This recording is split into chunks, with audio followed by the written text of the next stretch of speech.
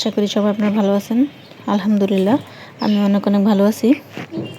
তো আজকে ফুলগুলো এত সুন্দর আলহামদুলিল্লাহ যে আজকে আপনাদের সাথে শেয়ার না করে পারলাম না। তো মাশাআল্লাহ অনেক কলি আসছে গাছটার মধ্যে। তো কিছুদিন আগে আমি একটা জবা গাছ নিয়ে একটা ভিডিও আপলোড করছি। জবা গাছের যত্ন খুব সাধারণভাবে করছি, যদি কারো দেখতে প্রয়োজন হয় তাহলে আপনারা দেখে নিতে পারেন। মাশাআল্লাহ গাছটার মধ্যে কত সুন্দর ফুল ফুটছে। এরকম ফুল দেখতেই ভালো লাগে। আর ফুল ভালো লাগে না, গাছ ভালো লাগে না, এরকম মানুষ পাওয়া তো খুব মুশকিল। তো যাই হোক আলহামদুলিল্লাহ আজকে আরেকটা ভিডিও নিয়ে চলে আসলাম। তো যেমনটা থাম্বনেলে দেখছেন যে আজকে কিছু হারভেস্টিং ভিডিও আছে। কী কী সবজি হারভেস্ট করবো সেটা তো আপনাদের সাথে শেয়ার করবই। তো আগে একটু গাছগুলো একটু দেখে নিই। তো মাশাআল্লাহ মিষ্টি কুমড়া গাছটা অনেকটাই সুন্দর হয়ে উঠতেছে, যদি আল্লাহর রহমত হয়। জানি না কেমন হবে বা ফলন পাবো কি না। তো আমার মিষ্টি কুমড়া গাছ হয় বাগানে ঠিকই, কিন্তু আমি মিষ্টি কুমড়া খুব একটা ফলন আমার হয় না, বা জানি না কি আমি কি সিজনে গাছটা লাগাতে পারি না কি। তো যাই হোক আলহামদুলিল্লাহ গাছটা একাই উঠছে, যখন গাছটা মাশাআল্লাহ অনেক সুন্দর গ্রোথ নিয়ে উঠছে। তো দেখি আল্লাহ পাক কী করে, রিজিকে রাখে কিনা। তো আর যে বীজগুলো লাগাইছি বীজগুলো কি উঠতেছে কিনা আগে একটু দেখে নেই। তো এখানে দেখা যায় যে চাল কুমড়া একটা চারা উঠছে, সেটা আগেরই চারা। আর নতুন করে যেগুলো লাগাইছি সেগুলো আসলে এখনও উঠে নাই। তো গতকালকে গাছে একটু পানি দেওয়া হয়নি, তো সেই কারণে মাটিগুলো একবারে শুকিয়ে গেছে। আরও অনেকগুলি গাছে শুকিয়ে গেছে। তো এই জন্যই বলি যে গাছে সবসময় পানিটা, খাবারটা এগুলি সবসময় ঠিকমতো দিতে হয়। আসলে একটু যদি আমাদের একটা দিন যদি একটু 19-20 হয়ে যায় তাহলে কিন্তু গাছের অনেক বড় ক্ষতি হয়ে যায়। তো মানুষের মতোই গাছে যদি মানুষের যদি খাবার না থাকে, মানুষের শরীর যেমন দুর্বল হয়ে যায়, গাছও ঠিক সেরকম। পানি না থাকলে কিন্তু গাছ কিন্তু অনেকটাই কিন্তু দুর্বল হয়ে যায়। তো এখানে দেখা যায় যে একটা চিচিঙ্গা চারা মানে কহির চারা উঠছে।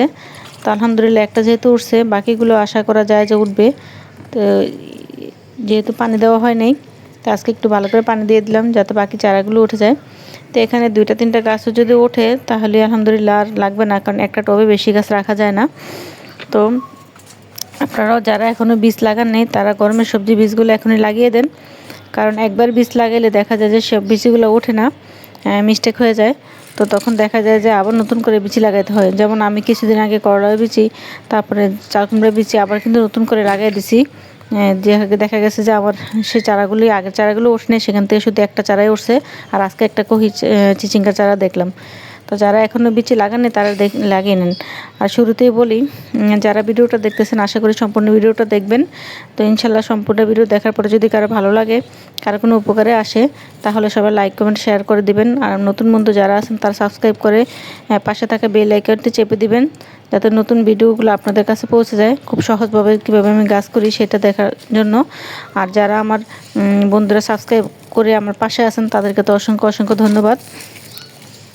তো আজকে দেখাবো কি করে, যেমনটা দেখছেন যে কি করে 45 দিনে আমার গাছে বেগুন হয়েছে। তো সেই জার্নিটা আপনাদের সাথে আজকে একটু শেয়ার করব।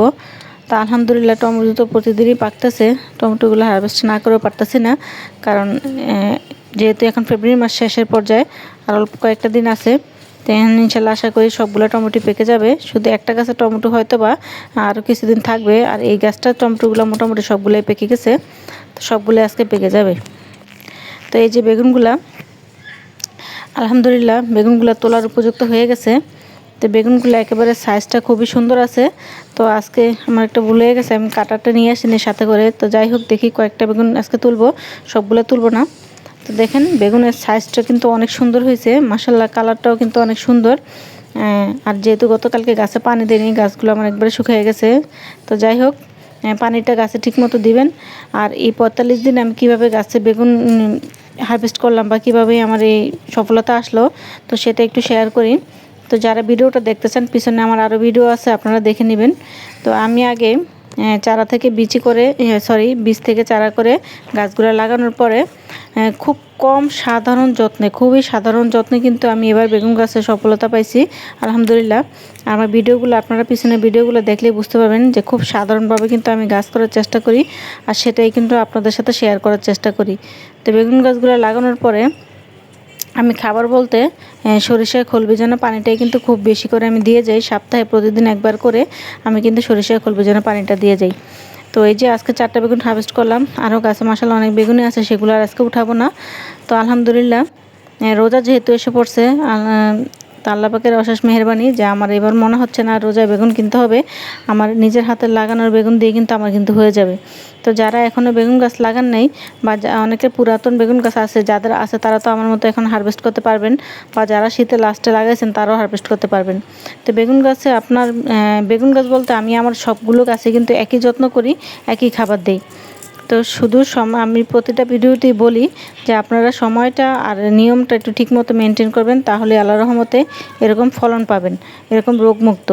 তা আমি সবসময় সরিষার খোল ভেজানো পানিটা গাছের মধ্যে দিয়ে যাই সপ্তাহে একবার করে, আর মাটিগুলো সপ্তাহে একবার করে খুঁড়ে দেই। আর বেগুন গাছ কিন্তু অনেক পানি পছন্দ করে, অনেক পানি বলতে একেবারে কিন্তু যদি টবের গোড়া বা মাটি অনেক স্যাঁতসেঁতে থাকে সেটা না, মাটি ভিজে থাকবে, একটু ভিজা ভিজা ভাব থাকবে। বেগুন গাছ কিন্তু এটাই পছন্দ করে। বেগুন গাছ কিন্তু মাটি শুকাইলে একটুও পছন্দ করে না। আর সবসময় বেগুন গাছ কিন্তু প্রচণ্ড খাবার খায়। বেগুন গাছে কিন্তু সবসময় খাবারটা দিয়ে যেতে হয়। বেগুন গাছে যদি খাবারটা ঠিকমতো দিয়ে যান তাহলে কিন্তু আলহামদুলিল্লাহ এরকম সুন্দর বেগুন আপনারাও কিন্তু পাবেন। আর বেগুন গাছে সবসময় যে বললাম, যেহেতু আমরা জৈবভাবে করার চেষ্টা করি, যেহেতু আমরা ছাদে করি আমাদের শখের গাছ, সেহেতু আমরা চেষ্টা করব সবসময় জৈবভাবে করার জন্য। তা আমি গাছে কিন্তু খুব কম রাসায়নিক ব্যবহার করি, মানে খুবই কম, অতিরিক্ত প্রয়োজন না হলে কিন্তু আমি রাসায়নিক দেই না।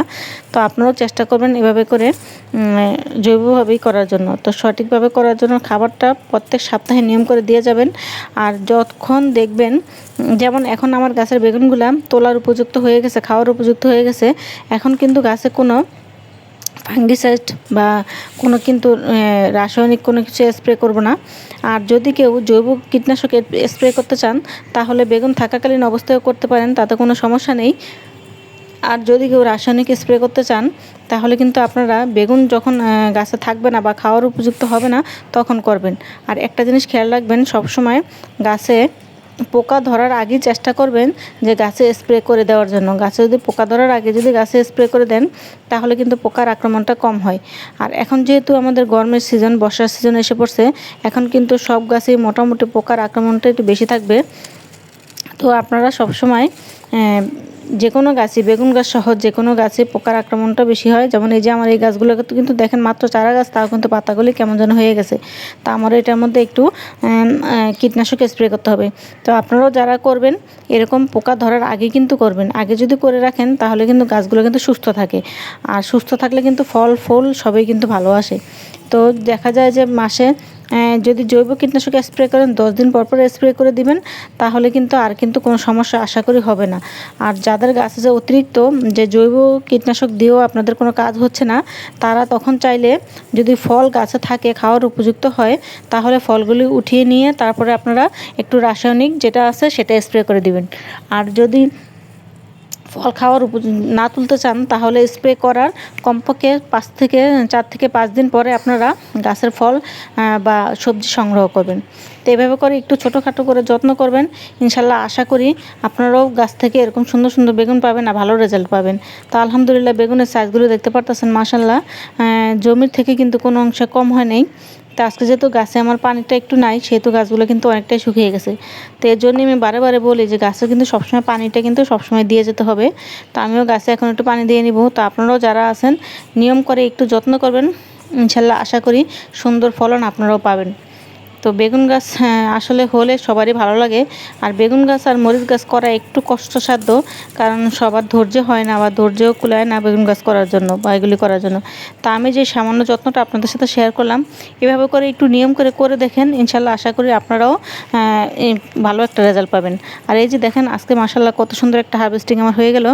তো মাশাল্লাহ 1 2 3 4 5 রকমের সবজি কিন্তু আজকে কিন্তু আমি হারভেস্ট করে ফেললাম। তো এর চাইতে শান্তি তো ভাই আর কিছু হয় না। তো আপনারাও নিজের হাতে বাগান করেন, নিজের হাতে এরকম ছোটোখাটো অল্প একটু সবজি যাই পান সেটাই কিন্তু আল্লাহর কাছে শুকরিয়া, আলহামদুলিল্লাহ। তা আমার কিন্তু 2 দিন পর পরই হারভেস্ট করা লাগে। তো ভিডিওটা বড় করব না, সবাই ভালো থাকবেন, আল্লাহ হাফেজ।